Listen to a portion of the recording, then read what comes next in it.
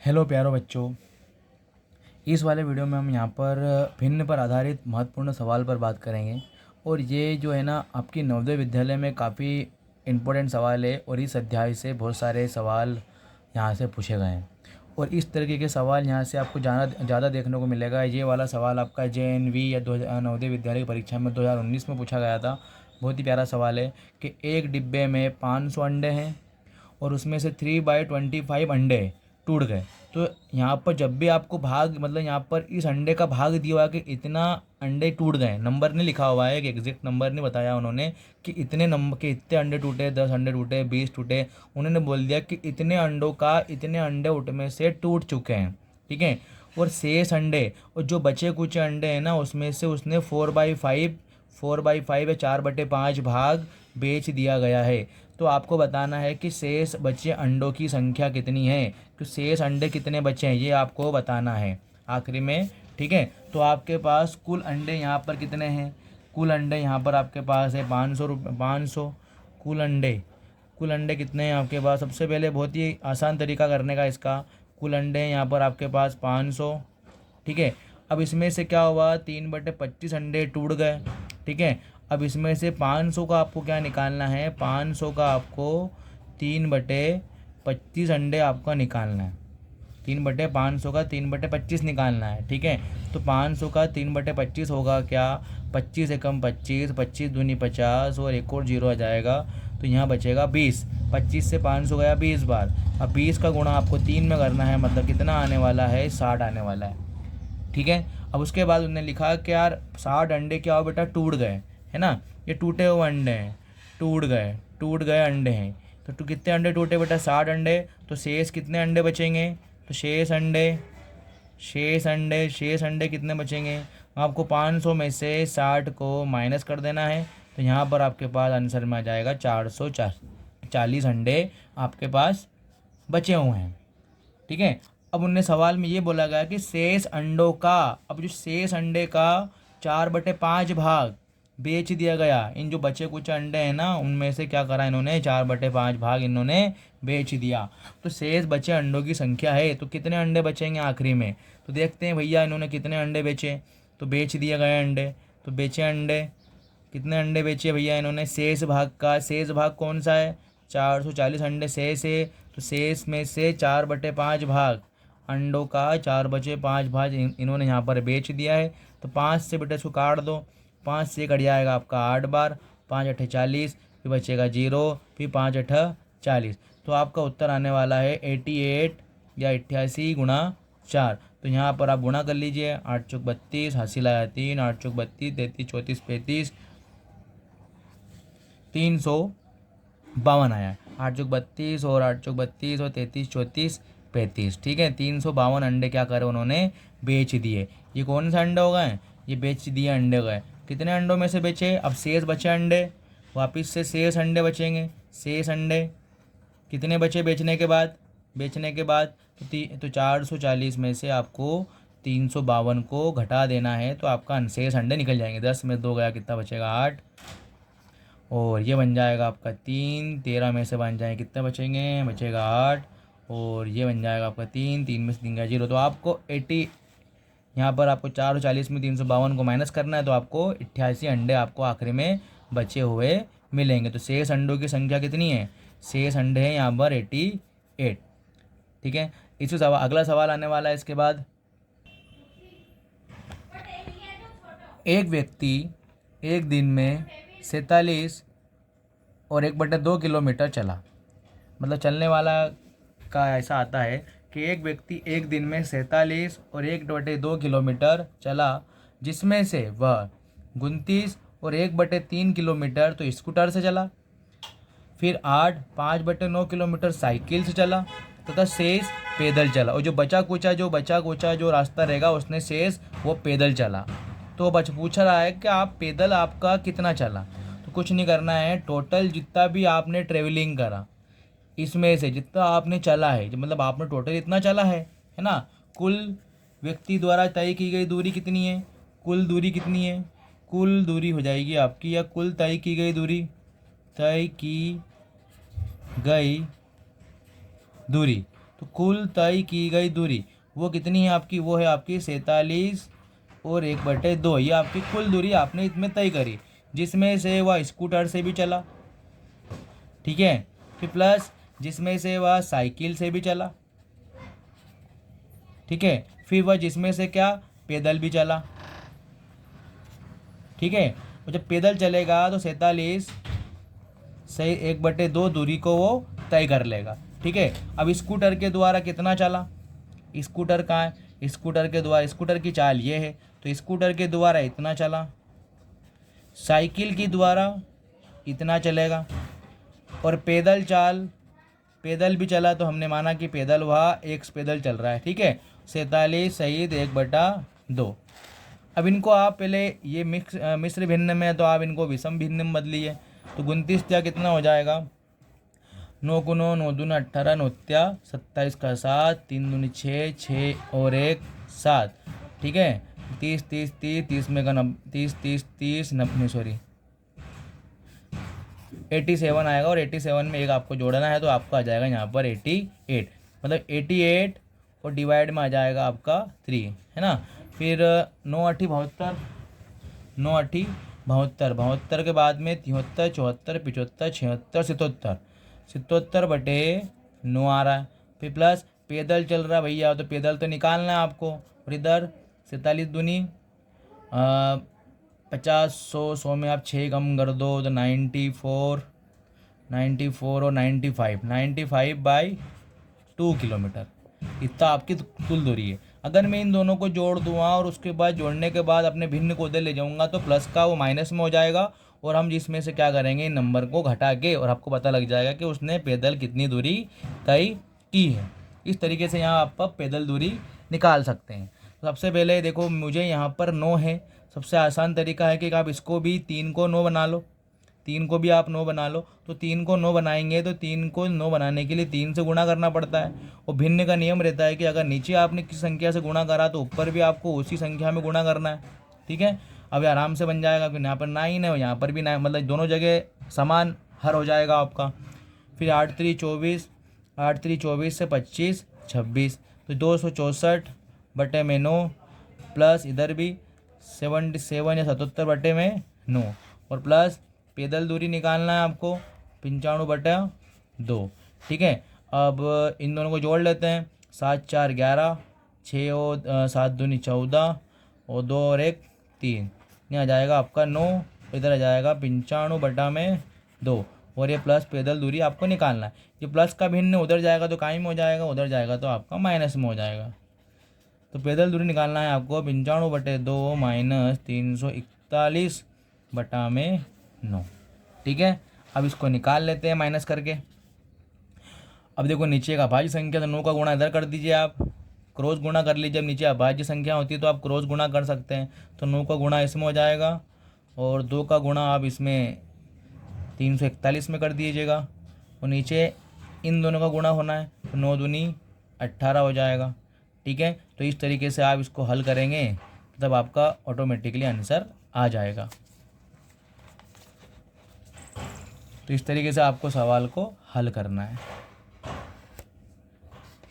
ठीक है। आप 1 2 बार प्रैक्टिस करेंगे तो ऑटोमेटिक बनेगा। तो 9 5 जा कितना होता है, 9 5 जा 45 होता है, 9 5 जा 45, 5 कैरी 4, 9 9 9 जा 81, 9 9 81, 81 और 4 हो जाएगा आपका 85, और बटा में आ जाएगा आपका इधर भी माइनस 2 एकम 341 का डबल कर दो, 341, 300 का डबल 600, 41 का डबल 82, 682, और इधर टोटल में कितना आ जाएगा, नीचे आपका आ जाएगा 18। अब 5 में से 2 जाएगा, कितना बचेगा बेटा, 3 बचेगा। 5 15 में से 8 जाएंगे, 3 3 6 7 8 7 बचेंगे, ठीक है। उसके बाद में 7 में से 6 जाएगा तो 1 बचेगा, बट्टा में 18। अब 18 से आप इसको मिश्र भिन्न में बदल लेना, 18 कम 18 में कितना होता है, 18 में 162 होता है, 162 से 163, 164, 165, 166, 167, 168, 169, 170, 71, 72, 73 कितना बचेंगे, 11 बचेंगे, और नीचे 18 किलोमीटर। तो उसमें 9 सहित 11/18 किलोमीटर जो है उसने पैदल दूरी तय की है। तो ये आपका आंसर आ जाएगा। अगले सवाल की ओर चलते हैं। बहुत प्यारा सवाल है। इस तरीके के सवाल भी बहुत पूछे गए हैं। ये 2 बार पूछा गया सवाल है, 17 में भी आया और 9 में भी आया है। तो एक पानी की टंकी 2/3 भरी हुई है। मतलब एक पानी की टंकी है, आप ज़रा समझने की कोशिश करना। मैं टंकी का चित्र बना देता हूँ यहाँ पर। ये टंकी है आपकी इस तरीके से, है ना। टंकी समझ, टंकी है ना। टंकी में क्या है बेटा, 2/3 मतलब आपका 2/3 मतलब ये इसके अपन ने मान लिया कि 3 हिस्से, ये एक हिस्सा, ये 2 हिस्सा और 3 हिस्सा, मतलब इसका 2/3 भरी हुई है। मतलब 3 हिस्से में से 2 हिस्से इसके भरे हुए हैं, है ना। यदि टंकी पूरी भरने के लिए 50 लीटर और पानी की आवश्यकता है, मतलब इतना अगर पूरी भरना है, मतलब इसका एक हिस्सा भरना है आपको। अगर आपको इसका एक हिस्सा भरना है, मतलब एक हिस्सा कितने का है, एक हिस्सा इसका 50 का है, एक हिस्सा इसका 50 का है, और तो पानी की आवश्यकता है। तो टंकी की पूरी दक्ष क्षमता क्या है, मतलब पूरी क्षमता, मतलब पानी में कितना, टंकी के अंदर कितना पानी आएगा। कितना सरल सवाल है, आप इसको आसानी से भी निकाल सकते हैं ट्रिक से। देखो 3 हिस्से हैं, 3 हिस्से में से 2 हिस्से इसके भरे हुए हैं और एक हिस्सा खाली है। एक हिस्सा कितने लीटर का खाली है, 50 लीटर का हिस्सा इसका खाली है। ये खाली हिस्सा है। वो खाली हिस्सा कितने का है, 50 लीटर का है। तो दूसरा हिस्सा भी कितने का होगा, दूसरा हिस्सा भी 50 लीटर का होगा। तीसरा हिस्सा भी कितना का होगा, ये भी 50 लीटर का होगा। इसलिए आप इस प्रकार आपका आंसर क्या आने वाला है, 150 लीटर। तो ये आप यहाँ पर शॉर्ट ट्रिक से इसको निकाल सकते हैं। ऐसे सवाल बहुत पूछे जाते हैं। शॉर्ट ट्रिक यहाँ पर लगा के आप बता सकते हैं कि 150 लीटर इसकी दक्षता है, या इसकी कुल टंकी का पानी इसमें 150 लीटर आता है। धन्यवाद। कि एक ड्रम है, सेम टू सेम ऐसे ही सवाल है, पर इस सवाल में आपको बहुत सरल तरीका दिया था। उन्होंने एक भाग पूछा था, आपके पास 2 भाग थे, तो हमने आसानी से निकाल लिया कि यार ये वाला भाग इतना, तो ये भी इतना होगा, ये भी इतना होगा। तो हमने सबको जोड़ के 150 लेके आ गए। अब इसमें अगला क्वेश्चन पूछा है कि एक ड्रम का 1/5 भाग दूध से भरा हुआ है। मतलब 5 में से 1 भाग उसका दूध से भरा है। जैसे कि हम एक ड्रम बना लेते हैं, है ना। यहाँ पर आप ड्रम बना लीजिए, साइड से आपने ड्रम बना लिया इस तरीके से, ये ड्रम में। और ड्रम के टोटल कितने भाग है बेटा, 5 भाग है। तो उसके आप 5 भाग कर लीजिए, 1 2 3, 1 2 3 और ये 4 और ये 5। तो 5 भाग में से 1 भाग जो है उसका नीचे वाला इकाई से भरा हुआ है, ये आपका दूध से भरा हुआ है, दूध से। ठीक है। उसके बाद में पूरा भरने के लिए 28 लीटर दूध और चाहिए। मतलब 4 भाग को भरने के लिए, 4 भाग को भरने के लिए 28 लीटर और चाहिए। ठीक है। मतलब टोटल कितने हैं, 4 भाग को भरने के लिए कितना दूध चाहिए बेटा, 28 लीटर। तो 4 भाग को भरने के लिए 28 लीटर दूध की आवश्यकता है। तो एक भाग को भरने के लिए कितनी ज़रूरत पड़ेगी, तो अगर एक भाग बनाना तो 4 से भाग करना पड़ेगा। तो इधर भी आपको 4 से भाग करना पड़ेगा, तो ये आ जाएगा 7। ठीक है। मतलब एक भाग कितना हो गया, एक भाग हो गया 7 लीटर का, दूसरा भी 7 लीटर का, फिर ये वाला भी 7 लीटर का, फिर चौथा भाग भी 7 लीटर का, और पांचवा आपका 7 लीटर का ये भी। सबको आप जोड़ दोगे तो आएगा 35।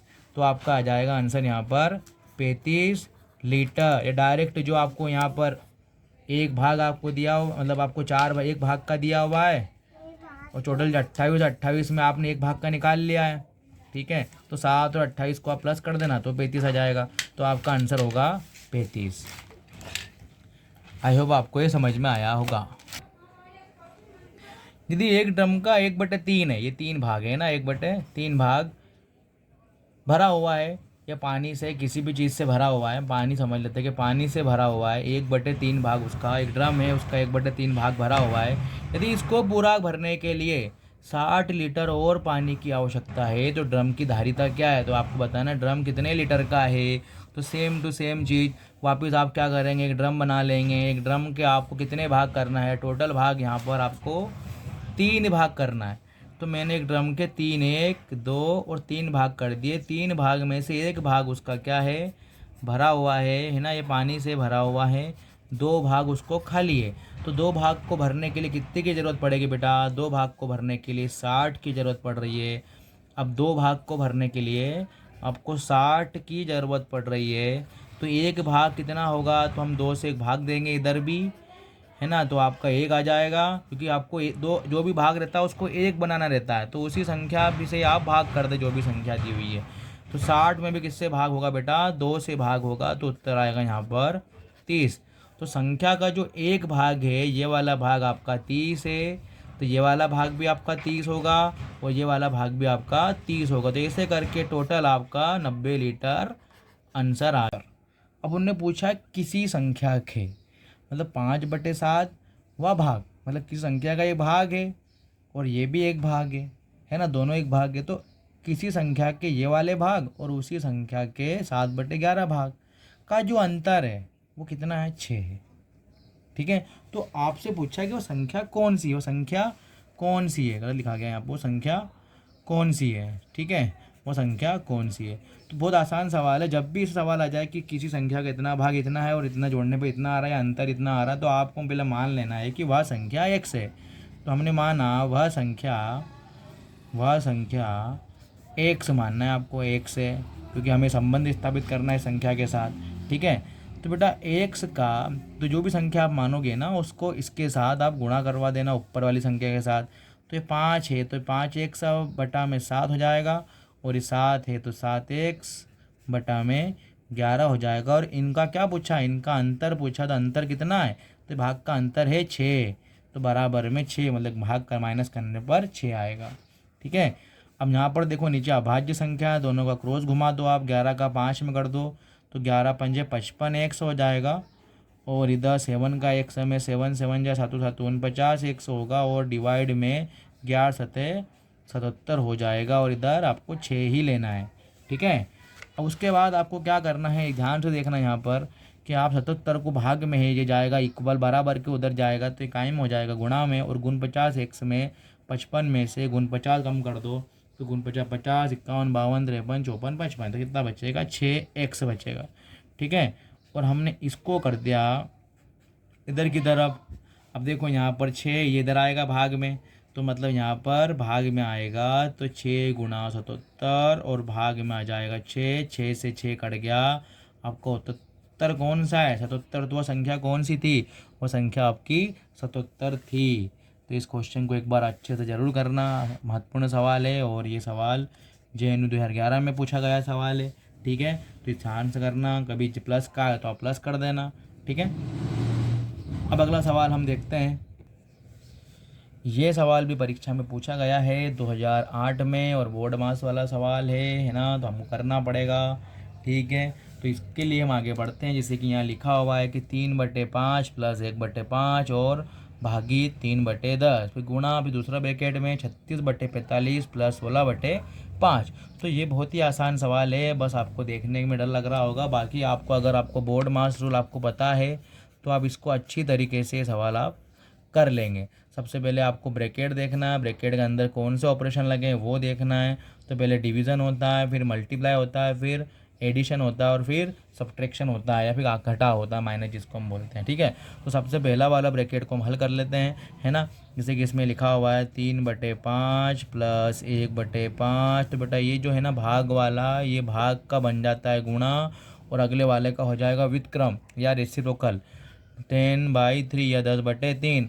अब ये 5 से कट रहा है 2 बार। ठीक है, अब यहाँ पर आपके पास क्या बचेगा, इधर 2 का गुणा 1 में 2, और 3 का गुणा 1 में 3। ठीक है, अब यहाँ क्रॉस गुणा कर दो, 3 × 9 और 5 दूनी 10, अरे सॉरी फिर से आप देख लीजिए इसको, 1/3 मतलब 3/5 और 1/5, और फिर इसको आप भाग वाले को ये भाग वाला जो है ना इसको आपको गुणा में बदलना है, तो ये आपका 10/3 हो जाएगा। ये 3/10 था तो 10/3 हो जाएगा, व्युत्क्रम बोलते हैं, आपने पढ़ा होगा।